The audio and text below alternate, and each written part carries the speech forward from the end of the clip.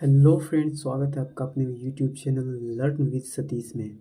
तो जैसा कि हम लोग बिहार बोर्ड कक्षा 8 का अध्याय 1 का क्वेश्चन आंसर पूरा कर चुके थे। आज हम लोग बिहार बोर्ड कक्षा 8 का अध्याय 2 का क्वेश्चन आंसर करेंगे।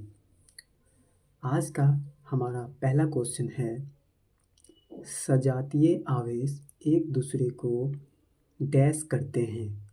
यहाँ पर सजातीय आवेश कहने का मतलब है सेम जाति, यानी अगर सेम जाति का कोई आवेश होगा तो वो एक दूसरे को क्या करेंगे, प्रतिकर्षित करेंगे, यानी एक दूसरे से दूर हटेंगे, एक दूसरे को प्रतिकर्षित करते हैं।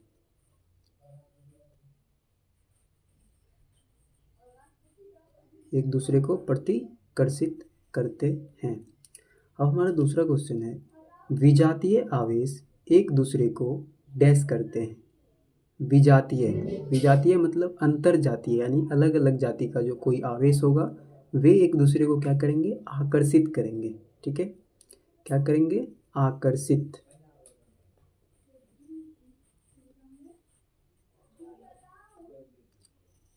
ठीक है, तो चलिए आगे क्वेश्चन देखते हैं। तड़ित चालक तड़ित से भवन की डैश करते हैं। ये आप सभी लोग कमेंट बॉक्स में जरूर बताइएगा, सबसे आसान आंसर है इसका। तड़ित चालक तड़ित से भवन की क्या करते हैं, सुरक्षा करते हैं। क्या करते हैं, सुरक्षा करते हैं। और नेक्स्ट क्वेश्चन है, भूकंप की तीव्रता का मापन डैश स्केल से किया जाता है। तो ये भी आसान क्वेश्चन है, इसका भी आंसर हो जाएगा रिएक्टर स्केल। क्या हो जाएगा, रिएक्टर स्केल से किया जाता है। सजातीय आवेश की एक दूसरे को क्या चीज सजातीय आवेश एक दूसरे को प्रतिकर्षित करते हैं। विजातीय आवेश एक दूसरे को आकर्षित करते हैं। तड़ित चालक तड़ित से भवन की सुरक्षा करते हैं। और भूकंप की तीव्रता का मापन रिएक्टर स्केल से किया जाता है। चलिए फ्रेंड्स, तो हम लोग का दूसरा क्वेश्चन है, सर्दियों में स्वेटर उतारते समय चिट-चिट की आवाज़ होती है, क्यों? तो इसका यह कारण है कि जब हम लोग स्वेटर पहनते या उतारते हैं तो स्वेटर और शरीर के बीच घर्षण से आवेश उत्पन्न होता है और यह चिंगारी जैसी दिखती है, जिससे आवेशों का विसर्जन होता है, जिसके कारण हमें चिट-चिट की आवाज़ सुनाई पड़ती है।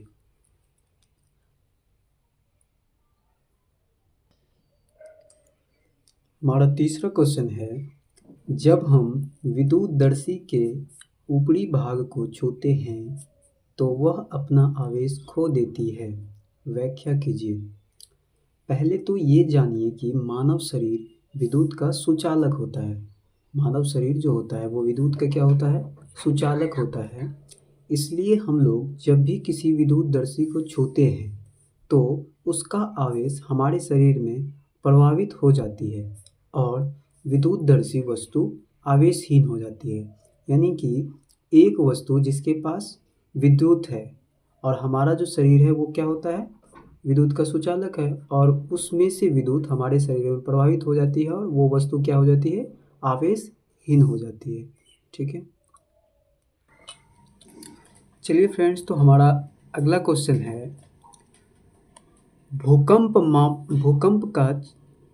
मापी यंत्र का चित्र बनाकर उसके मापन विधि को लिखिए।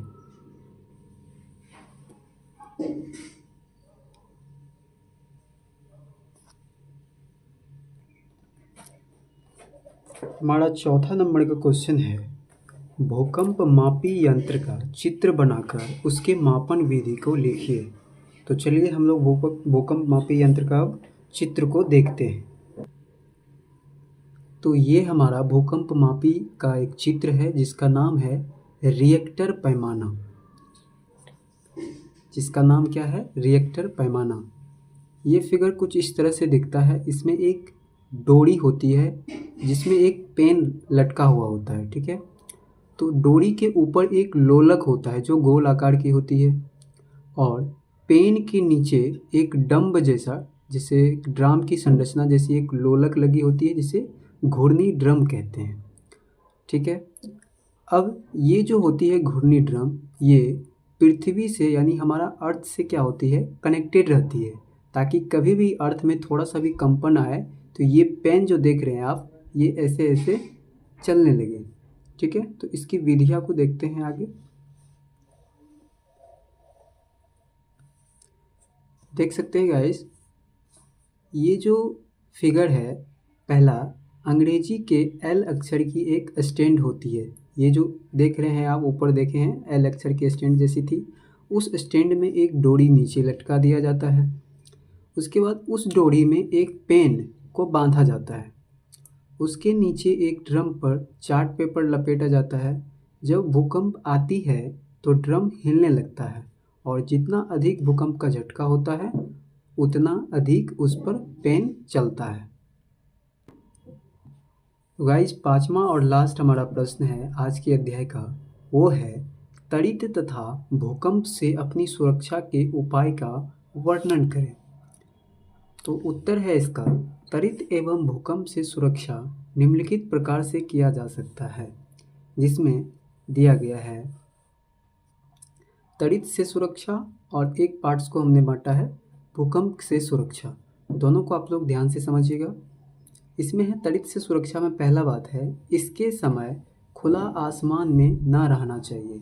ठीक है, यानी कि जब भी त्वरित की संभावना हो तभी आपको खुला आसमान में नहीं रहना चाहिए, क्योंकि खुला आसमान में रहने से वो बिजली का झटका आपको लग सकता है और उससे आपकी जान भी जा सकती है। और भूकंप से सुरक्षा में खुला आसमान में रहना चाहिए, क्योंकि अगर आप मकान के अंदर रहते हैं तो किसी खटिया के नीचे या फिर चौकी के नीचे आपको छिप जाना चाहिए, नहीं तो खुला आसमान में ही रहना चाहिए। फिर त्वरित से सुरक्षा में है अपने घरों में तांबे का तार का प्रयोग करना चाहिए, जिससे कि हम लोग तांबे का तार प्रयोग करने से क्या होता है, वो जो बिजली होती है वो यानी पृथ्वी में समाहित हो जाती है। और भूकंप से सुरक्षा में है यदि आप घर में हैं तो चौकी के नीचे छिप जाना चाहिए, जैसा कि हमने बताया। और त्वरित से सुरक्षा में है तारों एवं बिजली के खंभे से दूर रहना चाहिए, यानी कि कहीं भी अगर इलेक्ट्रिसिटी वाला या बिजली की खंभा है तो उसके पास आपको कदापि नहीं रहना चाहिए, क्योंकि वहाँ पे बिजली का झटका और महसूस हो सकता है। और भूकंप से सुरक्षा में है अपना घर भूकंप जोन देखकर बनाना चाहिए, कि आपका घर जो है कौन सा भूकंप जोन क्षेत्र में आता है उसको जांच करवा के तभी वहाँ पर घर बनाएं, ज़्यादा बेटर रहेगा।